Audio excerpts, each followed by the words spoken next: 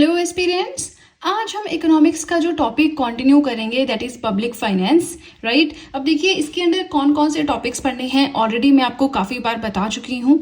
आज के वीडियो में हम पढ़ेंगे कि डेफिसिट फाइनेंसिंग क्या होता है, उसके types, right. And next video में हम पढ़ेंगे fiscal responsibility and budget management act 2003।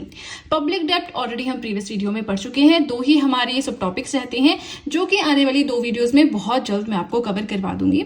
सो अगर आप न्यू हैं चैनल पे तो मेरी पब्लिक फाइनेंस की बाकी की जो पहले वाली वीडियोज हैं वो जरूर देखें। कहाँ पे आपको मिलेगी? Indian economy hand written notes की प्लेलिस्ट पे जाकर आप देख सकते हैं। चलिए इसी के साथ चलते हैं अपने मेन कंटेंट की ओर। अब हमें पढ़ना है डेफिसिट फाइनेंसिंग के बारे में। ये क्या होती है, इसके क्या क्या टाइप्स होते हैं, वो सब कुछ पढ़ेंगे। तो देखिए डेफिसिट फाइनेंसिंग का मतलब होता है the practice of raising funds to offset a deficit generated by an excess of expenditure over receipts, government expenditure minus government income. इस वजह से डेफिसिट क्रिएट होता है। कैसे, क्या कंसेप्ट है, काफी बार हम अभी तक पढ़ चुके हैं, तो सेम चीज मैं बार बार रिपीट नहीं करूंगी। जब सरकार की इनकम कम है लेकिन खर्चा ज्यादा है तो उस टाइम पे डेफिसिट की पोजीशन आ जाती है। यानी कि आपने 1000 रुपए का कोई सामान लिया लेकिन आपके पास 800 ही रुपए थे, तो जो 200 रुपए का डिफरेंस आ रहा है that is known as deficit. अब ये 200 रुपए अरेंज करने का जो प्रोसेस है, आप शॉप में खड़े हैं, आप अपने पेरेंट्स को कॉल करेंगे, अपने भाई बहन को कॉल करेंगे, अपने फ्रेंड्स को कॉल करेंगे, कहीं ना कहीं से तो पैसे अरेंज हो ही जाएंगे। तो ये जो पूरा मैकेनिज्म है अलग अलग जगह पे चेक करने का कि कहां से पैसा मिल रहा है, ये फंड्स मैनेज करने का, now that process is known as deficit financing. फिर से डेफिनेशन देखें। Now the practice of raising funds to offset a deficit. Deficit जो अराइज हुआ है उसके लिए फंड्स रेज करने हैं कहीं से भी, इस प्रैक्टिस को बोलते हैं डेफिसिट फाइनेंसिंग। अब देखिए गवर्नमेंट का जो एक्सपेंडिचर है यानी गवर्नमेंट का जो खर्चा है कैसे बढ़ता है। स्पेंडिंग इंक्रीजेस रैपिडली, या सरकार का खर्चा एकदम से बहुत ज्यादा बढ़ गया है, या फिर स्पेंडिंग यानी जो गवर्नमेंट है, सेंट्रल गवर्नमेंट है, वो खर्चा कर रही है non productive and non developmental activities पे। इसका मतलब क्या है? देखिए सरकार दो तरह का खर्चा करती है। सरकार का जो एक्सपेंडिचर होता है वो दो तरह का होता है। एक होता है रेवेन्यू एक्सपेंडिचर, एक होता है कैपिटल एक्सपेंडिचर। तो अगर आपने पढ़ रखा है अच्छी बात है, आपका रिवीजन हो जाएगा। नहीं पढ़ रखा है तो ध्यान से सुनिएगा। अभी जो गवर्नमेंट का एक्सपेंडिचर है दो तरह का होता है, capital and revenue. Revenue expenditure क्या होता है? जिसमें कि रोजमर्रा के खर्चे होते हैं, आपके रिकरिंग जो एक्सपेंडिचर होते हैं, जो खर्चे बार बार होने, जैसे कि पेंशन्स हैं हर महीने जाएंगी, सैलरीज हैं हर महीने जाएंगी, सब्सिडीज हैं हर महीने जाएंगी। तो इस तरह के खर्चे को हम कहते हैं रेवेन्यू एक्सपेंडिचर। कैपिटल एक्सपेंडिचर क्या होता है कि सरकार खर्चा कर रही है, कोई सोशल वेलफेयर स्कीम ला रही है, या फिर कोई बिल्डिंग बनवा रही है, कोई मॉल बनवा रही है, कोई हेल्थ केयर फैसिलिटी बनवा रही है, कोई डिस्पेंसरी बना रही है, अच्छे अच्छे रोड्स बनवा रही है, रेलवे प्रोजेक्ट्स लेकर आ रही है, ठीक है, स्कूल्स बनवा रही है। तो ऐसी कोई चीज, ऐसी कोई कंस्ट्रक्शन कर रही है जिससे सरकार को रेवेन्यू जनरेट होगा इन द फ्यूचर। सो इस तरह के खर्चे को हम बोलते हैं कैपिटल एक्सपेंडिचर। और ये non productive and non developmental activities आती हैं आपके रेवेन्यू एक्सपेंडिचर के अंडर, क्योंकि आपने किसी को सैलरी दे दी, पेंशन दे दी, अब अगले महीने फिर देनी पड़ेगी। उससे आपको कोई फायदा हो रहा है? नहीं, इवन आपका खर्चा ही हो रहा है ना। अब देखिए गवर्नमेंट के खर्चे, या तो एकदम से कोई खर्चा आ गया बहुत ज्यादा बढ़ गया, या फिर सरकार खर्च कर रही है उन एक्टिविटीज पे जिनसे कि फ्यूचर में कोई प्रोडक्टिविटी नहीं मिलेगी, फ्यूचर में कोई डेवलपमेंट नहीं होगा, ठीक है। ये कुछ रीजंस हो सकते हैं जिससे सरकार का खर्चा बढ़ता है। एंड डेफिसिट क्रिएट हुआ, अब इसको अरेंज करना है, and the practice of raising funds here is known as deficit financing. अब देखिए आई होप आपको समझ में आ रहा है। कोई भी डाउट हो मुझे कमेंट सेक्शन में बताएं, मैं एक और वीडियो लेकर आऊंगी और अच्छे से एक्सप्लेन करने की कोशिश करूंगी। बट आई बिलीव बहुत सिंपल कंसेप्ट है, तो इसमें कोई आपको इशू आना नहीं चाहिए। आप ऐसा कीजिए, मेरी पब्लिक फाइनेंस जहां से मैंने स्टार्ट किया है वहां से अभी तक की सारी वीडियोज एक कॉन्टिन्यूटी में देखें। आप मेरे इकोनॉमिक्स की जो वीडियोज हैं उन्हें शुरू से लेकर अभी तक अगर आप कॉन्टिन्यूटी में देखेंगे आपको सब कुछ बहुत अच्छे से समझ आएगा और ज्यादा आप रिलेट भी कर पाएंगे चीजों को, ठीक है ना। नाउ डेफिसिट फाइनेंसिंग किस चीज में हेल्प करता है? So it helps under developed countries to meet their liquidity needs.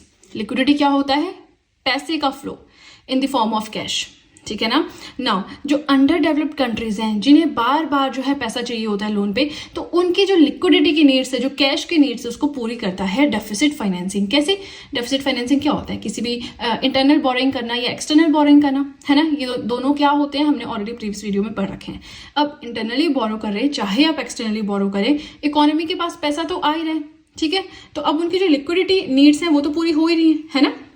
चलिए इसी के साथ हमने कंसेप्ट पढ़ लिया। अब हम पढ़ते हैं टाइप्स ऑफ डेफिसिट फाइनेंसिंग। क्या होता है? सो 3 तरह की होती हैं ये। फर्स्ट है बोरिंग्स फ्रॉम फॉरेन गवर्नमेंट, किसी और कंट्री की गवर्नमेंट से लोन लेना आता है इसके under. So external loans considered as erosion of nation sovereign decision making, किसी और कंट्री से हमने लोन लिया, जैसे कि जापान की गवर्नमेंट से हमने लोन ले रखा है कि हमें बुलेट ट्रेन चलानी है, तो उसके लिए, ठीक है ना। अब ये जो जब हम किसी भी कंट्री से लोन लेते हैं तो हमारी जो सोवरेनिटी होती है, जो प्रभु सत्ता होती है, जो हमारा एक होता है ना कि फॉर एग्जाम्पल अगर हम डे टू डे लाइफ की बात करें, अगर आप किसी से उधार लेते हो, फॉर एग्जाम्पल 20,000 आपकी सैलरी है और इस महीने कुछ खर्चा हो गया बड़ा, आपको 5,000 किसी से लेना पड़ा, ठीक है।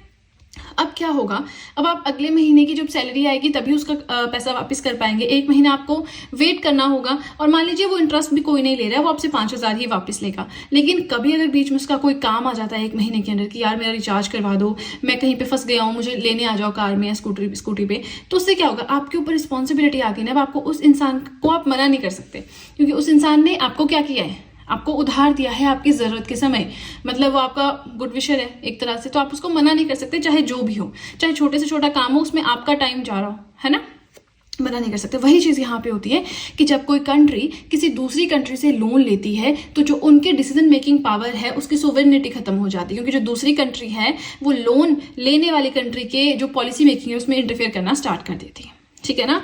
सेकेंड पॉइंट आता है डेफिसिट फाइनेंसिंग के टाइप्स के अंडर, वो है internal borrowings. Preferred management route, सबसे ज्यादा प्रेफर किया जाता है कि आप इंटरनल बोरिंग्स करें। इंटरनल बोरिंग्स क्या होता है, बोरो करना within the territory of India, ठीक है। थर्ड आता है प्रिंटिंग करेंसी, तो सबसे लास्ट ऑप्शन इसे रखा जाता है। एक टाइम पे सबसे पहला ऑप्शन इसे रखा जाता था, कब रखा जाता था वो हम पढ़ेंगे, फिलहाल थोड़ा सा आज मैं आपको बताऊंगी, बाकी हम नेक्स्ट यानी लास्ट वीडियो हमारी पब्लिक फाइनेंस की आएगी कल FRBM एक्ट की, तो उसके अंडर पढ़ेंगे, ठीक है ना। Third type of deficit financing is printing currency, यानी आरबीआई को बोलो कि आप करेंसी प्रिंट करो, तो इससे क्या होता है, मनी सप्लाई। अब आरबीआई नए करेंसी प्रिंट कर रहा है तो मार्केट में मनी सप्लाई बढ़ जाएगी, जिससे इन्फ्लेशन बढ़ जाएगा, ठीक है। तो ये 3 टाइप्स हैं डेफिसिट फाइनेंसिंग के। आई होप आपको कंसेप्ट समझ में आ रहा हो, क्योंकि यहाँ पे आपसे कोई नहीं पूछेगा कितनी तरह की है डेफिसिट फाइनेंसिंग, बट वहां पे स्टेटमेंट इस तरह से आएगी कि आपको 4 ऑप्शन होंगे, 3 में इनका जिक्र होगा, चौथा कुछ और ही होगा, तो आपको आइडेंटिफाई करना है, ठीक है ना। चलिए अब हम नेक्स्ट जो इसके अंडर पढ़ेंगे वो है मोनेटाइजेशन ऑफ डेफिसिट। अब डेफिसिट क्रिएट हो रहा है आपका, हम क्या पढ़ रहे हैं, government expenditure minus government income is equal to deficit, ठीक है। अब ये जो प्रैक्टिस है of raising funds is known as deficit financing, ठीक है। अब ये जो पैसा अरेंज कर रहे हैं, ये जो मोनेटाइजेशन ऑफ डेफिसिट हो रही है, जो हम डेफिसिट को पूरा करने के लिए मनी ला रहे हैं, 2 तरह से आ सकती है, ठीक है ना। कैसे कैसे आ सकती है, through direct monetisation and through indirect monetisation. अब ध्यान से सुनिएगा क्या कंसेप्ट है, क्योंकि यहां से भी क्वेश्चंस आते हैं और ये बिल्कुल समझने वाली बात भी है ना। हम इतने आगे तक पब्लिक फाइनेंस के एंड में पहुंच चुके हैं, तो आपको ये बिल्कुल बेसिक चीज पता होनी चाहिए ना। डायरेक्ट मोनेटाइजेशन क्या होता है, आरबीआई प्रिंट्स न्यू करेंसी। चलिए वापस चलते हैं, यहाँ पे जो हमने ऊपर पढ़ा था इस वाले हम इक्वेशन पे आते हैं। अब देखिए गवर्नमेंट का खर्चा हो गया है ज्यादा, इनकम है कम, हो गया है deficit. For example 1,000 crore expenditure है, सिर्फ 800 करोड़ इनकम हुई, 200 करोड़ का घाटा है। तो अब गवर्नमेंट क्या कर सकती है, गवर्नमेंट आरबीआई को डायरेक्टली बोल सकती है कि आप 200 करोड़ की करेंसी प्रिंट करो, मुझे जरूरत है, ठीक है ना। अब देखिए इसका एक प्रोसीजर है, बट वो चीज हम बाद में कभी डिस्कस करेंगे।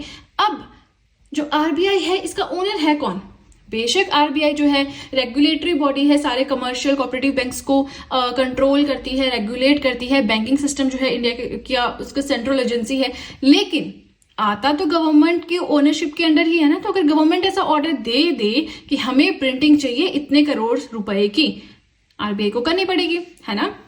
तो 1997 तक क्या होता था, जब भी कोई डेफिसिट क्रिएट होता था, क्योंकि देखिए ऑब्वियसली खर्चे ज्यादा होंगे, इनकम कम हो गई, अभी तो हम इंडिपेंडेंट ही हुए थे, है ना, 40 साल हो रहे हैं यहाँ पे इंडिपेंडेंट होने को। तो उस टाइम पे क्या होता था कि जैसे ही डेफिसिट आया, यूनियन गवर्नमेंट बोलती थी आरबीआई को कि आप नई करेंसी प्रिंट करो। 1997 तक ये चलता रहा, लेकिन उससे क्या होता है, जब मार्केट में मनी सप्लाई बढ़ जाती है, ठीक है ना, मार्केट में मनी सप्लाई कैसे बढ़ेगी, आरबीआई ने नए नोट प्रिंट किए, वापिस भेज दिए किसको, गवर्नमेंट को, गवर्नमेंट ने अपना डेफिसिट पूरा किया, उसके बाद वो फिर से बढ़िया से अब तो गवर्नमेंट को टेंशन ही नहीं है, वो जितना मर्जी डेफिसिट क्रिएट कर ले आरबीआई प्रिंट कर देगा। तो इससे मनी सप्लाई मार्केट में इंक्रीज हो जाती है, जिसकी वजह से महंगाई आ जाती है।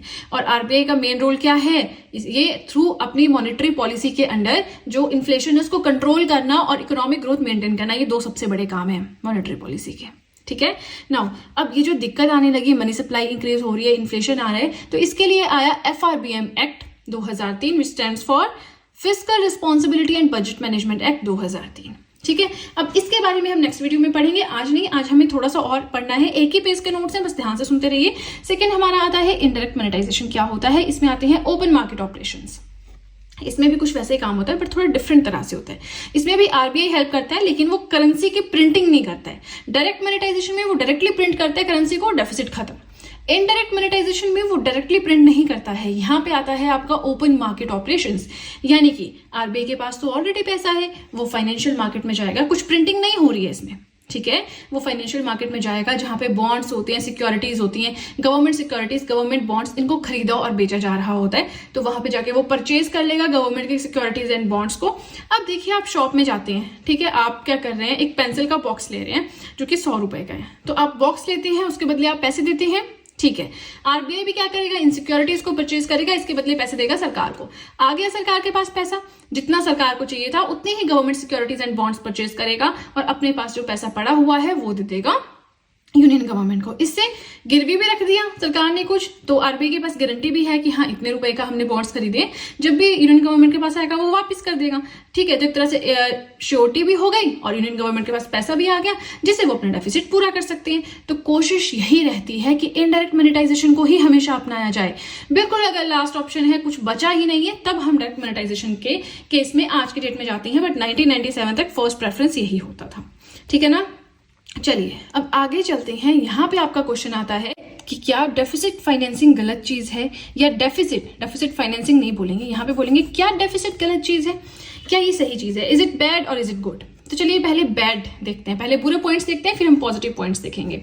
तो अब डेफिसिट क्या होता है कि सरकार का एक्सपेंडिचर ज्यादा हो रहा है, इनकम कम हो रही है, ऑब्वियसली बुरी बात है, ये तो इक्वल होना चाहिए। देखिए बैड क्यों है, क्योंकि इससे इन्फ्लेशन आता है।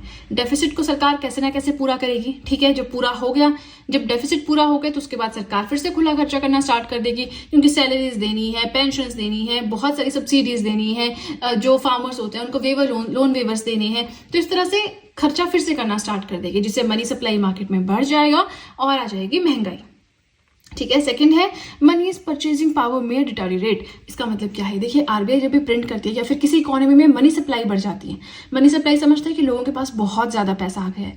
जब ऐसा होता है तो उस कंट्री की जो करेंसी होती है उसकी परचेजिंग पावर कम हो जाती है, ठीक है। अगर मान लीजिए इंडिया 10 रुपीज में टिकट ले लेता है, 10 रुपीज नहीं बोलते हम, इसको बोलते हैं 10,000 रुपीज, है ना, ये थोड़ा सा आपको वैलिड लगेगा। 10,000 रुपीज में आप पेरिस की आने जाने की टिकट करा लेते हो फॉर एग्जाम्पल। तो अब इसकी परचेजिंग पावर घट गई, तो अब से क्या होगा, 20,000 लगेंगे पेरिस आने जाने की टिकट करवाने की, क्योंकि परचेजिंग पावर घट गई है। तो अब कोई भी चीज, कोई भी सर्विस यूज करने के आपको ज्यादा पैसे देने होंगे, जो चीज गलत है। आपकी परचेजिंग पावर करेंसी की हमेशा ज्यादा होनी चाहिए, ठीक है। ज्यादा हम इसमें नहीं जाएंगे, आई होप आपको इतना सा कंसेप्ट समझ आ गया होगा। अब हम देखते हैं डेफिसिट अच्छा क्यों है ना। डेफिसिट तो बुरी चीज है, ये तो लॉस करवा रही है गवर्नमेंट को, तो ये इन्फ्लेशन ला रही है, ये परचेजिंग पावर को कम कर रही है, तो ये अच्छा कैसे है। देखिए इसमें एक सबसे तगड़ा पॉइंट मैंने लिखा है, that it strengthens the governments financial position. सरकार की जो फाइनेंशियल पोजीशन है उसको स्ट्रॉन्ग करता है। कैसे स्ट्रॉन्ग करता है, ये तो डेफिसिट है, इससे तो बोरो करती है सरकार, घाटा होता है, हम लोन में डूब जाते हैं, तो कैसे हेल्प कर रही है ये, अच्छा कैसे है ये। देखिए डेफिसिट अच्छा है, ये सरकार की फाइनेंशियल पोजीशन को स्ट्रॉन्ग करता है। कैसे, ये फंडा आप समझ लें, ठीक है, बेसिक आपका क्लियर हो जाएगा। सरकार है, डेफिसिट हो गया, कहां पे जाएगा, आरबीआई के पास जाएगा।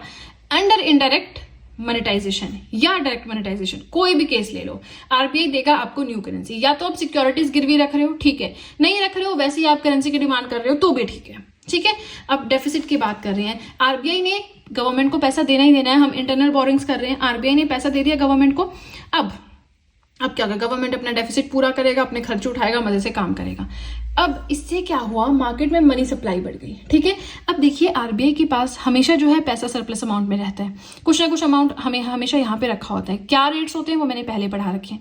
अब हर साल ये एक पॉलिसी होती है कि आरबीआई को जो भी पैसा उसके ऊपर आया उसके ऊपर कुछ इंटरेस्ट रेट, कुछ डिविडेंड देना पड़ता है गवर्नमेंट को, ठीक है। तो अगर मार्केट में मनी सप्लाई बढ़ी है, इसका मतलब जो मनी सप्लाई पे पैसा बढ़ गया मार्केट में तो उस पर इंटरेस्ट रेट भी बढ़ेगा, जिसे हम डिविडेंड भी बोलते हैं, और वो एक फिस्कल ईयर के एंड में आरबीआई को देना पड़ता है गवर्नमेंट को, ताकि वो अपना काम, अपनी इकोनॉमी को अच्छे से चला सके। ठीक है, आई होप समझ में आया।